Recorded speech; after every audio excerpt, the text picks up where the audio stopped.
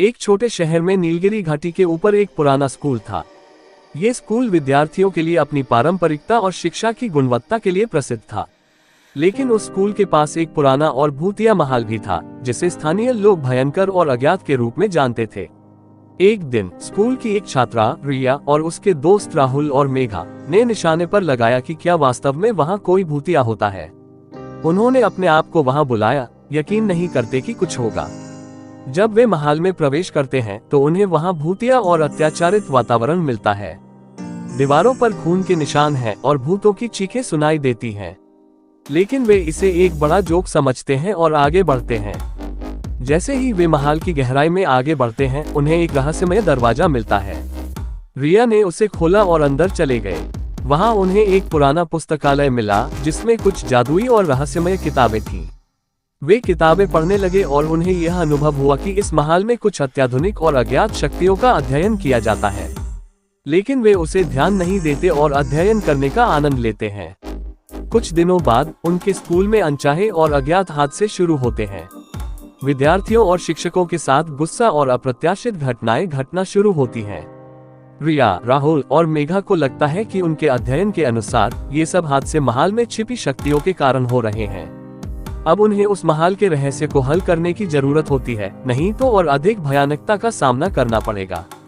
वे महल के गहराई में उतरते हैं और उस रहस्यमय दरवाजे की ओर बढ़ते हैं। लेकिन जैसे ही वे दरवाजे को खोलते हैं, उन्हें एक और दुनिया का सामना होता है। यह एक दुनिया है जो उनके अंदर छुपी हुई थी, जिसे उन्होंने कभी सोचा भी नहीं था। महल के अंदर एक पुरानी और अज्ञात शक्ति उनका स्वागत करती है, जिसने उन्हें इस अद्भुत साहसी का हिस्सा बना दिया। रिया, राहुल और मेघा को पता चलता है कि महल में छिपी शक्ति एक प्राचीन और शक्तिशाली भूतिया है, जो अपने अधिकार को पुनः प्राप्त करने के लिए उनका सहारा चाहती है। उन्हें उस शक्ति के साथ निपटना होगा अब, अन्यथा वे उसके शिकार हो जाएंगे। महल के गहराई में उन्होंने शक्ति के साथ लड़ने के लिए एक अन्य मुकाबला किया। उन्होंने अपने जोश और आत्मविश्वास का उपयोग किया और उसे हराया। इससे महल की भूतिया शक्ति शांत हो गई और उन तीनों ने उसे पुनः नीलगिरी घाटी के निकट लौटाया। यह अनुभव उन तीनों के लिए एक सच्ची शिक्षा का संदेश बन गया। उन्होंने सामने आए डर से मुकाबला किया और अपनी साहसिकता और संगठन का परिचय किया। वे जान गए कि हर मुश्किल का सामना करने के लिए उन्हें आत्मविश्वास, साहस और टीम वर्क की आवश्यकता होती है।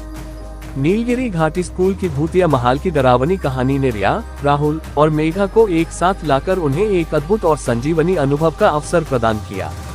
इसके अलावा वे उस स्कूल के समूह को भी एक साथ बांध दिया, जो उनके साथ इस अनुभव में शामिल था। इस भयानक से भरे साहस के बाद उन्होंने जान लिया कि मिलकर काम करने का मतलब विजय की गारंटी है। और इस विजय का एहसास करने के बाद वे और भी मजबूत और समर्थ हो गए।